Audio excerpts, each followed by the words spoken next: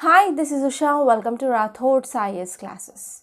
Today in this lecture, we are going to see current affairs of 28th March 2022.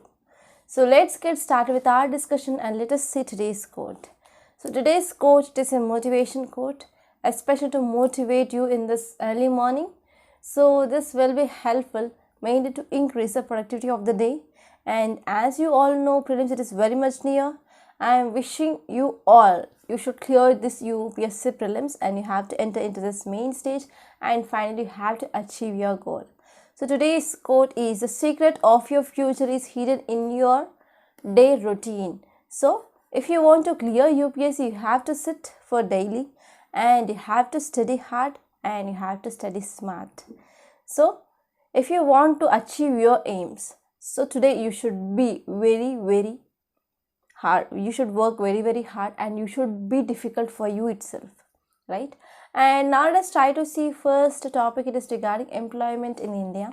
So this topic, it is important from your economy point of view, which mainly comes under GS paper 3. So why this unemployment it is seen in news? So what happened recently in newspapers? There are some visuals of agitations by railway job applicants. Okay, so what happened? So recently in news we can see there is some agitations which are mainly seen, and these are the agitations which are mainly done by these railway applicants. So because of these agitations which mainly reveal widespread problem of massive job insecurity, that is there is rising of unemployment that is mainly seen in India. Okay, so there are many reports which mainly says that there is increasing of unemployment in India. So because of this, there are some recent agitations which are mainly seen in news regarding this railway applicants. So if you're talking about even before pandemic, okay, even before this pandemic that entered into our life, so at that time also unemployment was very much prevalent in India. So it was one of the important challenges that we are fighting since some decades. So here, if you're talking about even before pandemic, the data which is mainly released by National Sample Service Office, that is NSSO, which mainly reported that about 6.1 percentage of unemployment that is seen in 2017 to 2018. Okay, and this is the worst in over 4 decades. And if you're talking about this picture after this COVID-19, which is further elevated. So in December 2021, the data which is mainly given by the CMIE, that is Center for Monitoring Indian Economy, so it mainly estimated that about 53 million Indians, they were unemployed. Okay, and out of this 53 million, so most of the proportion which is mainly women. Okay, women are having highest rate of unemployment than compared to that of male. And unemployment rate by this December 2021, it is 7.91. So according to this NSSO data, it mainly said it is 6.1 percentage in 2017 to 18, and by end of this December, that is end of this 2021 in December, so unemployment rate which mainly rise to almost 8 percentage, right? So here if you're talking about what are this unemployment trend or employment trend in India, so this data which I am discussing, that is very much important, and this is not present in this today's article. I did some research and I collected data. So on this data you can expect a mains question this year. So according to this periodic labor survey report, it mainly said that there is increasing of this workers population ratio. So people who entered into this working age had been increased from 34.7 percentage to 38.2 percentage, 34.7 percentage in year 2017-18 and 38.2 percentage in year 2019 to 2020. So what happened? There is reversal of previous trend which mainly showed a decline in WPR after 2004 to 2005. So according to this PLFS data in 2004 to 2005, which mainly said that there is decreasing of this working population ratio. But after this 2017-18, and if you see by this 2020, there is increasing of this workers to population ratio, which is mainly increased. And this change which mainly says that employment has increased at a very much faster rate than the growth in population. Employment had been increased. And because of this increasing of this, worker to population ratio, and we can see there is increasing of rural and as well as urban population in this male and female population. So this increasing of this worker population ratio, which has been reported in both rural areas and even in urban areas, and there is also increasing of male and female participation as well. So this is about the data. So if you're talking about, so what is the actual unemployment scenario? So how it is different from the presented data? So what is the difference between the presented data and as well as what is the situation that we can see on ground? So on ground we can see more job seekers than jobs. So PLFS data, which mainly shows that the number of jobs had been increased at a very faster rate. But in reality, there is increasing of job seekers as well. The number of unemployed persons has been increased by 2.3 million.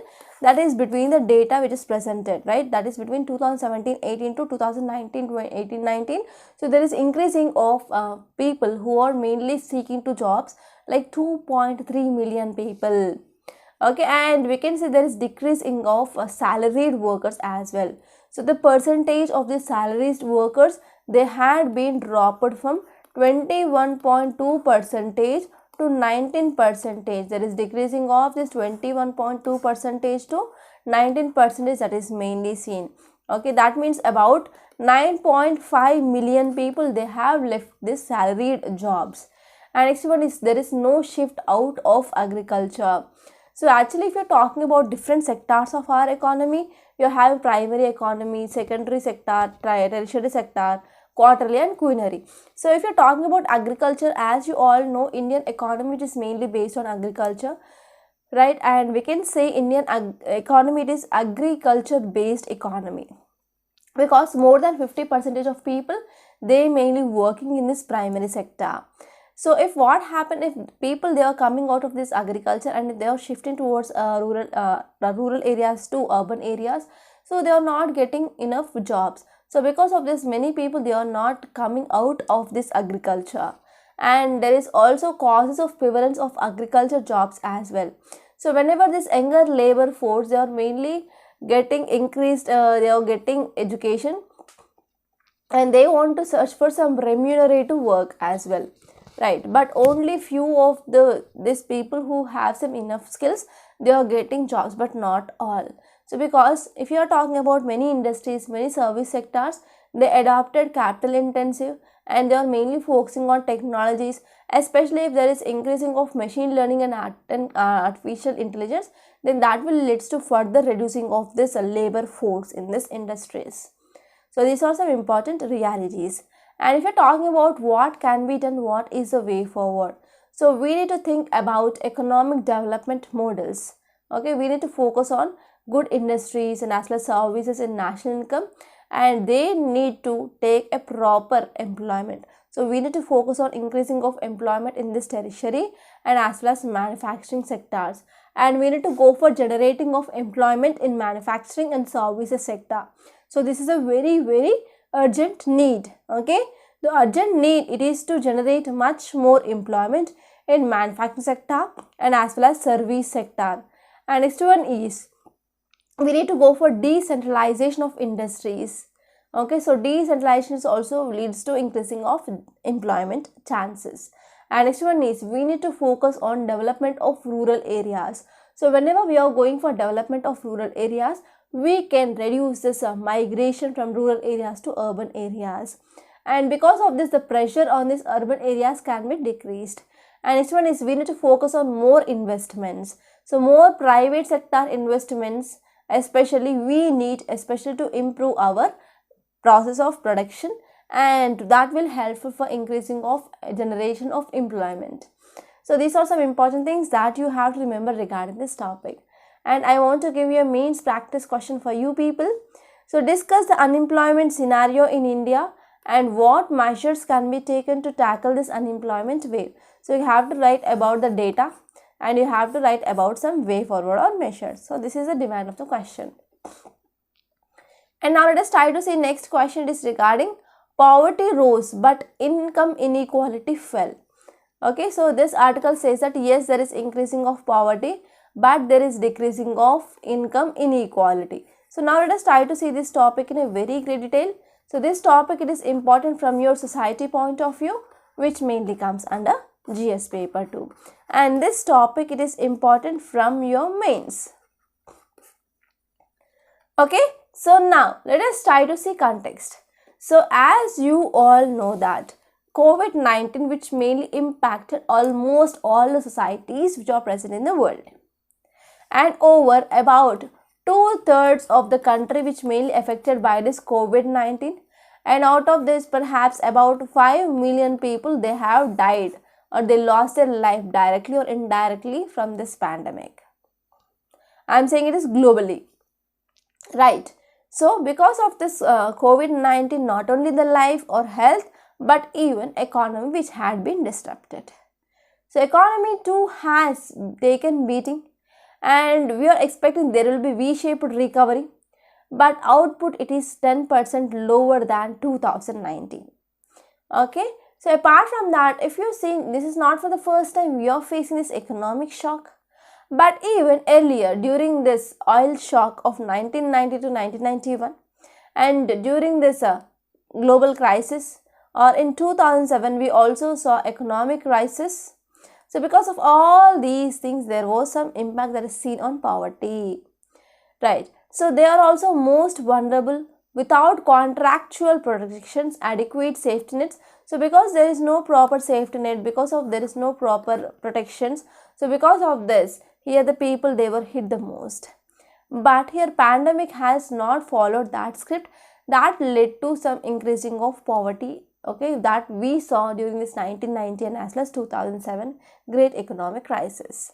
So we're talking about poverty. Yes, during this COVID-19 times, there is increasing of poverty for sure. So this study, which is mainly done among 2 lakh households, and they will be having total of 1 million members from this Consumer Pyramids House Survey. So this house survey, which mainly said that there is extreme poverty they found. So what is this poverty definition? So according to World Bank, which mainly says that the percentage of people, they will not have proper income, and this income which is below $1.90, okay, then that category will come under this poverty. So there is increasing of poverty, that is from 7.6% in 2019 to 11.7% in July 2021. So there is almost 5 to 6% of increasing of poverty that is mainly seen. And if you are focusing on this income inequality, so income inequality actually fell. Okay, so this article says that yes, poverty on one side which mainly increased, on another side there is decreasing of this inequality.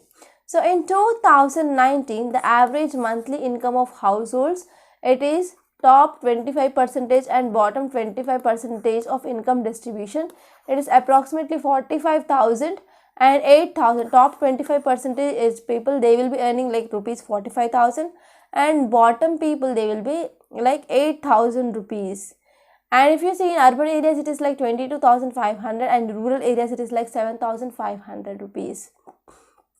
Okay, so if you see further, so the average monthly income of top in urban areas, it is almost 30%, okay, to 32,500 rupees by July 2021, and it is mainly remain, okay, at this pre-pandemic levels as well. Okay, so if you're talking about what are the source of income for the people, so normally there are 3 sources of income, that is government transfers or government payments, business profits, and as well as labor income. So these were the 3 sources of income.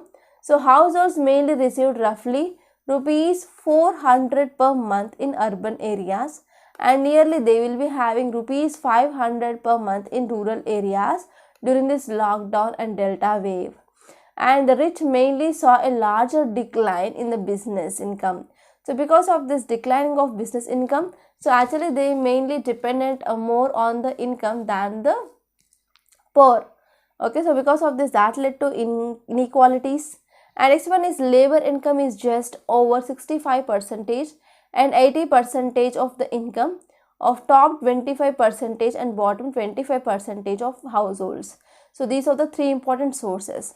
And now let us try to see next topic. It is regarding US European Union LNG liquefied natural gas deal. So this article will be important from your GS paper to under international relations. So now let us try to see this topic in a very great detail. So actually context says that US President mainly struck a deal with the European Union to supply LNG, that is liquefied natural gas, and this will be helpful to maintain energy security of that continent, that is Europe.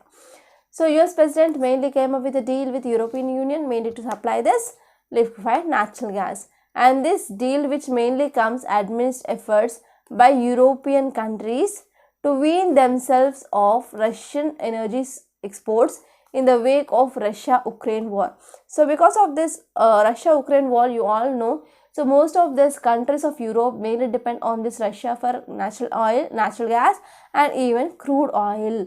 So because of decreasing of supply of this natural gas and crude oil for this Europe, that led to hiking of or increasing of price of this oil and as well as gases. So because of this, that will lead to the severe negative impact on the economy of that country. So because of this, here they came up with this US European Union LNG deal.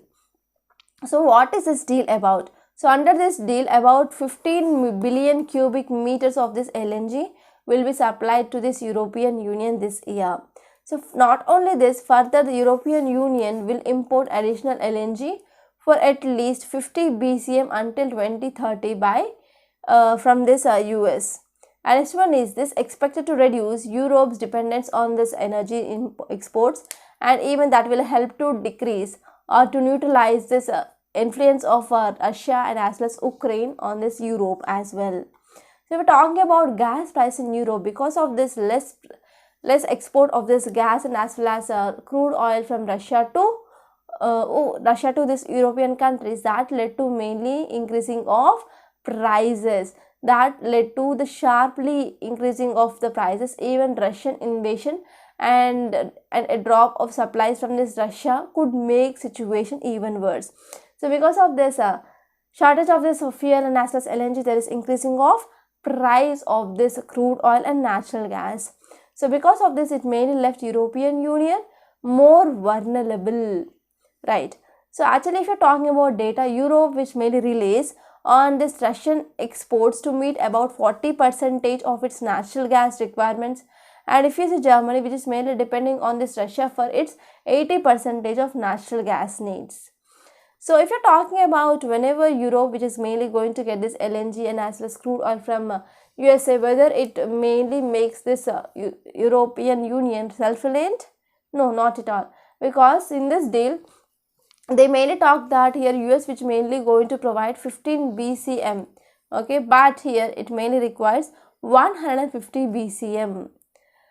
So this is about this topic, and one more important advantage here is, so because of this deal, so that mainly led to diversifying of this energy source of this Ukraine. So this is one positive point that we can see.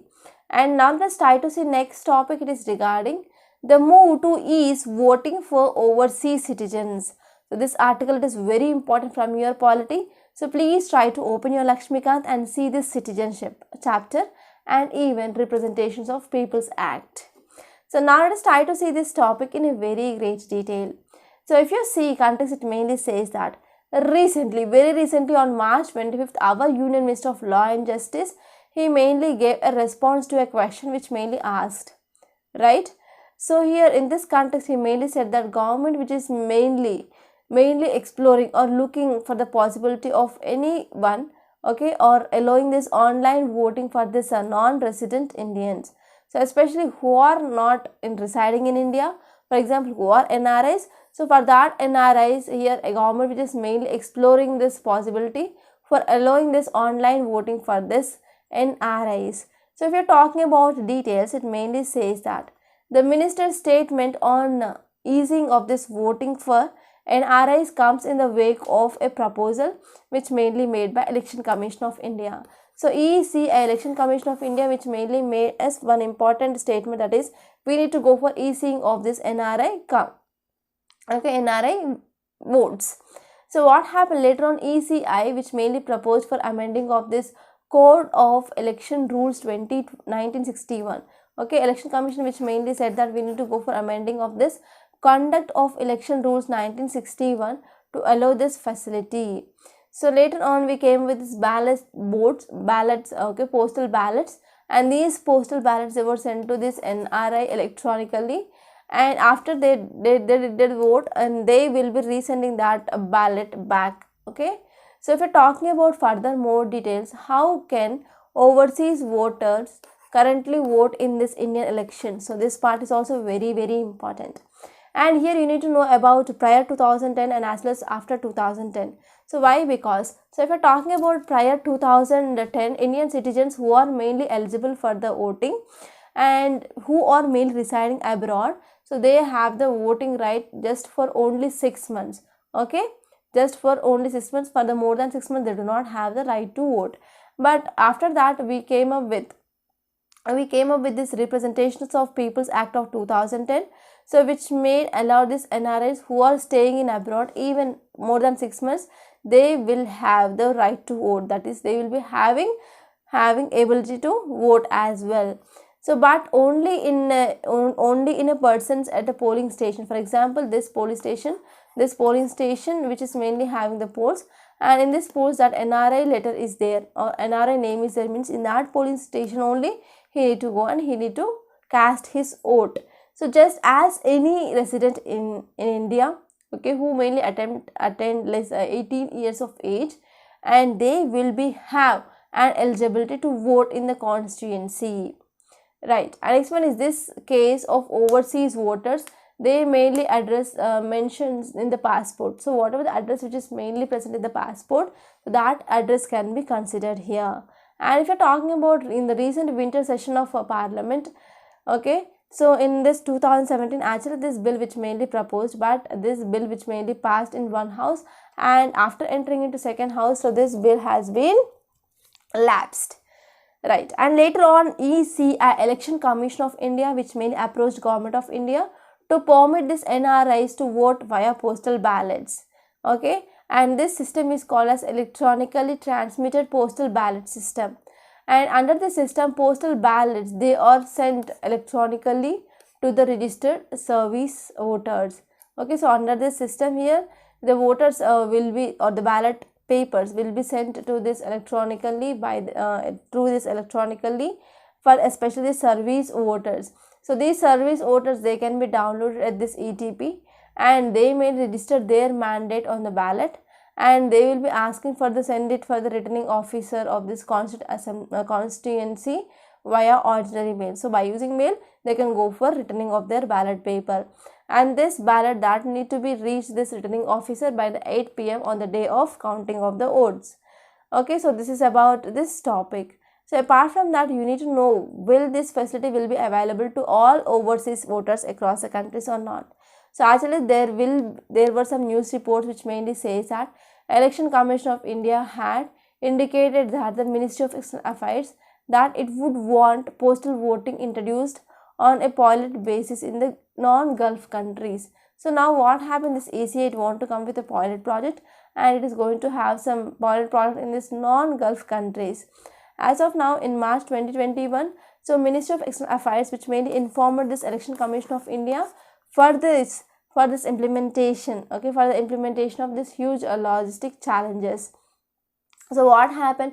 So whenever you are going for this postal ballots, then we will be having some hurdles regarding this huge logistical challenges here, and it mainly needs even a realistic assessment of requirements, etc.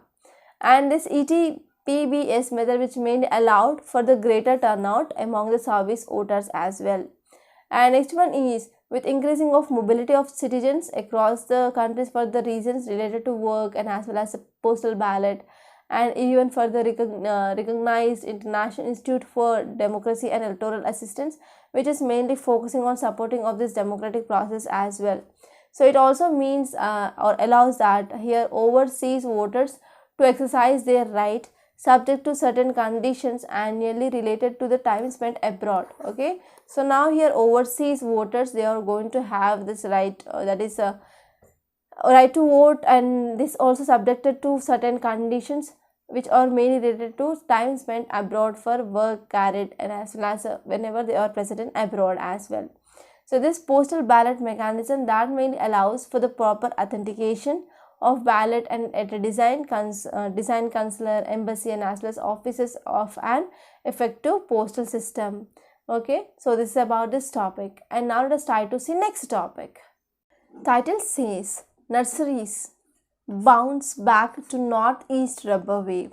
So here we need to focus on rubber. So rubber cultivation. Actually this topic it is important from your geography, which mainly comes under your GS paper 1. So now let us try to see context. Context says that riding on plantation wave that is sweeping northeast India. So the rubber nurseries in Kerala, they are getting the best out of their grow bags after decade long lull. So actually we are importing rubber. So what are the rubber that we are producing in India? It is not at all sufficient, because India is the second larger user of this rubber in the world. So here now we need to understand this rubber. What is this rubber? So rubber mainly consists of some polymers of organic compound, that is isoprene, with minor impurities of other organic compounds, and the main chemical constituents of this rubber are elastomers or elastic polymers. Okay, they include elastomers or elastic polymers, and these are nothing but a large chain like molecules that can be stretched easily with great lengths as well.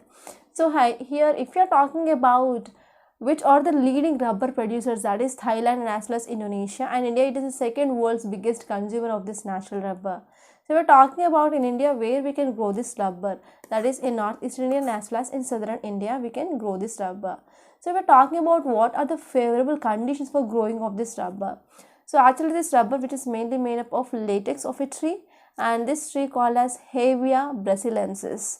So actually first of all, Britishers, they established the first rubber plantations in India in year 1902 in the banks of river Periyar in Kerala. And this rubber, which is a very much fast growing tall tree, and the height is like 20 to 30 meters height.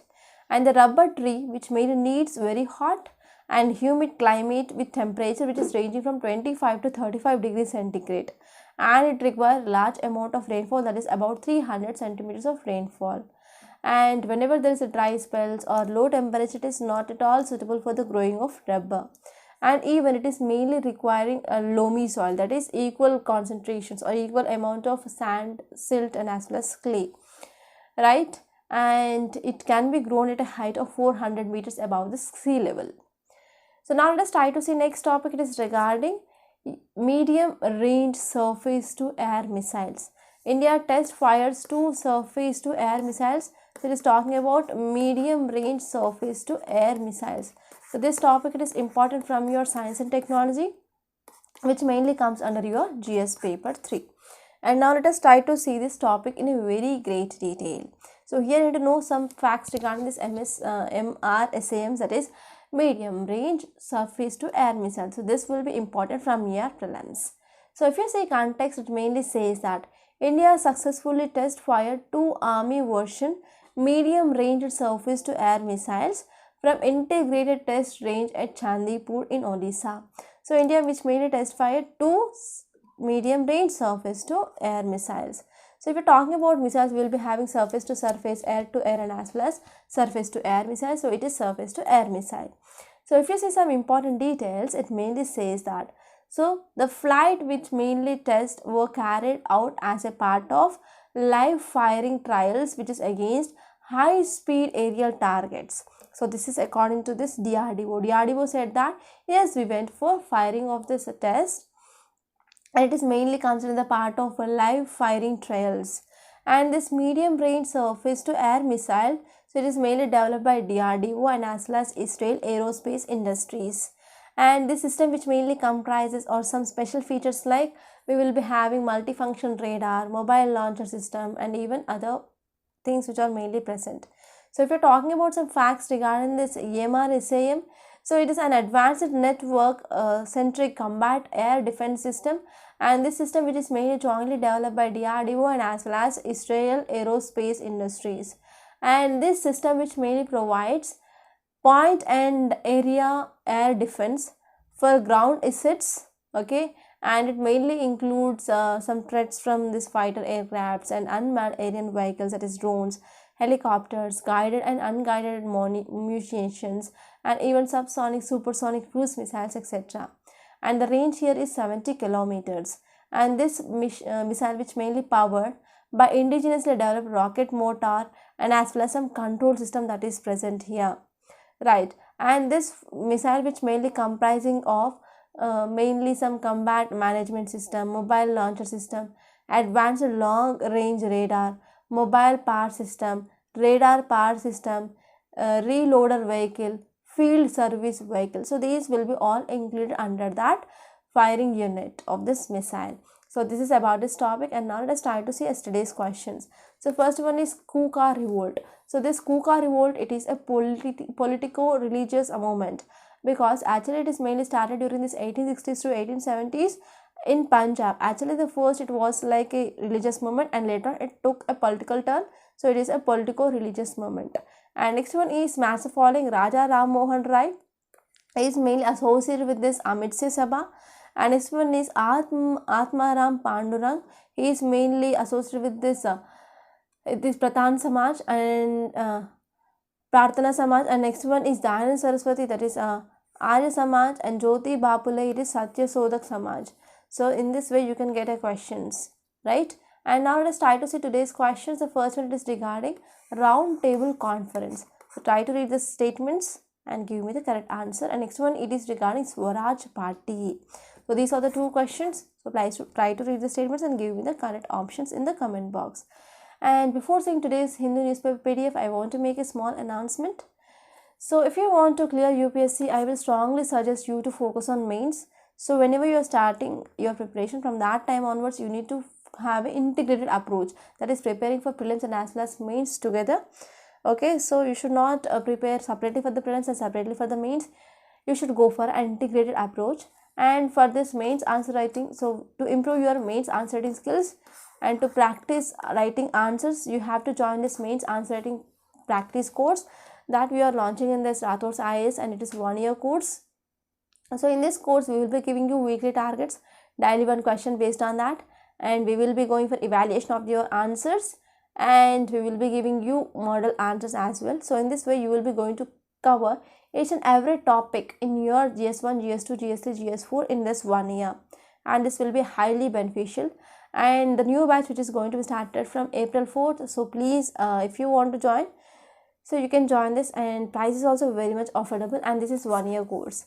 Apart from that, we are also launching this pen drive courses for this entire foundation course of your UPSC 2023, and this course is very absolutely beneficial. We are focusing on this concept clarity.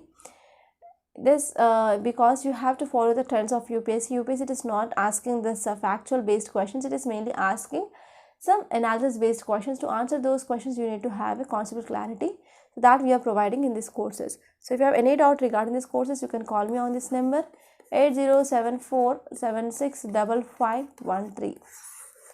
And if you want to watch the demo videos, you can visit our website Rathod Science Academy, and there you can watch 3 demo videos in each and every module without paying a single penny.